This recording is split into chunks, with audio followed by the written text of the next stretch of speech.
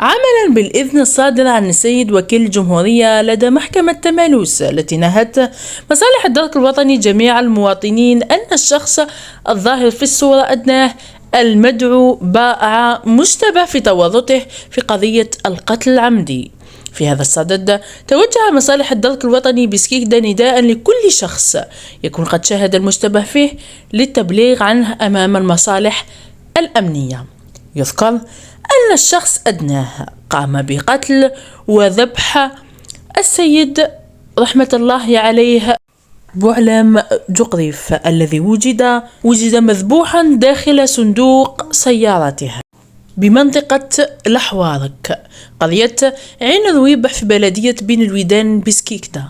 الشخص من بلدية الولجة بوبلوط دائرة عين القشرة، حيث تم العثور عليه داخل كيس بلاستيكي.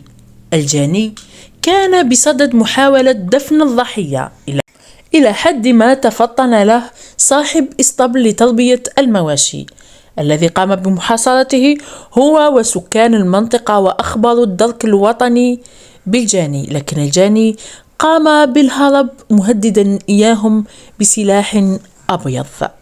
الجاني بعد نشر صوره من قبل وكيل الجمهورية لبلدية تمالوس تم التعرف عليها من طرف أحد الأشخاص حيث شاهده في أحد المطاعم بوهران، والذي أبلغ الدرك الوطني وتحرك الدرك الوطني وقبض عليه بعد تبليغه من طرف هذا الشخص. نتمنى أيضا أن يتم القبض على قاتل المغدور المحامي جمال الدين الشاوي ويتم تسليط عليهم أقصى العقوبات.